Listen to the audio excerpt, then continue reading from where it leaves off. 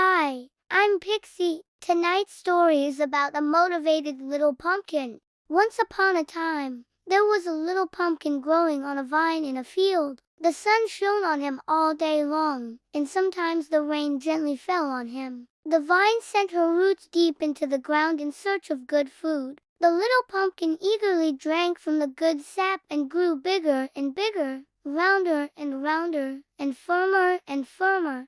Gradually, he became so big that he understood everything the growing things around him said, because he listened eagerly. I came from the seed of a jack-o'-lantern, Mother Vine said to a neighbor.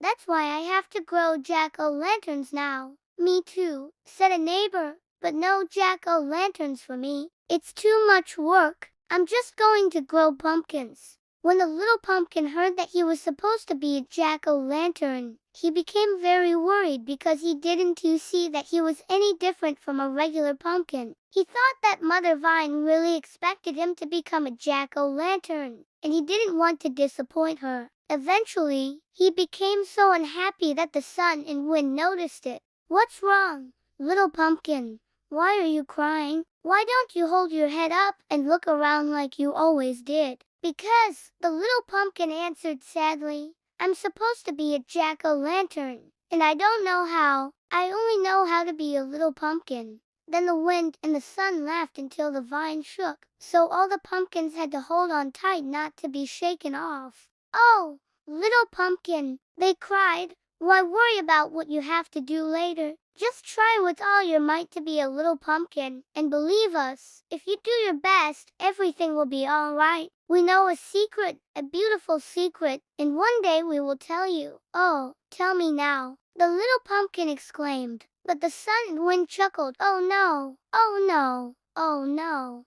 Just grow, grow, grow, and one day you'll know. The little pumpkin felt comforted. He thought, maybe I can't be a jack-o'-lantern, but I can be a good little pumpkin, and I'm so well hidden that Mother Vine might not see me. He looked around and saw that all his brothers and sisters were just little pumpkins too.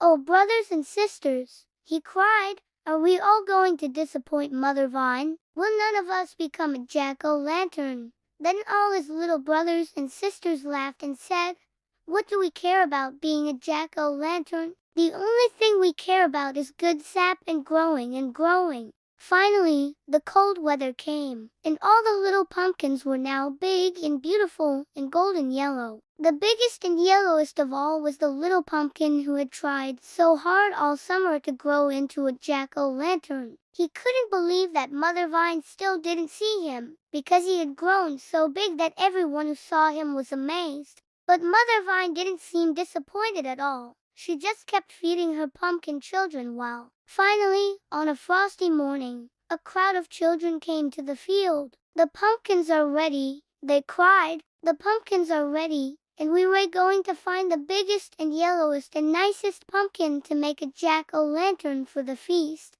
All the grandmas and grandpas and aunts and uncles will see it, and we'll eat the pies made from it.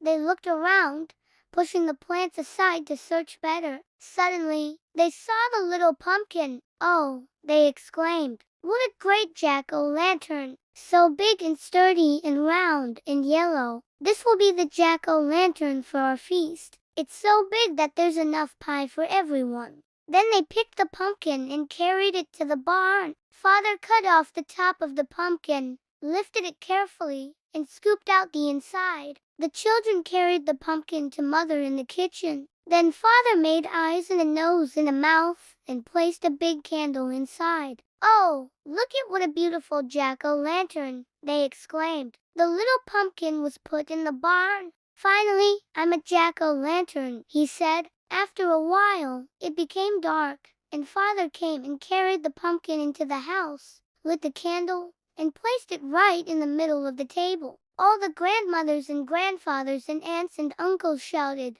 oh, what a beautiful, big, round, yellow jack-o'-lantern.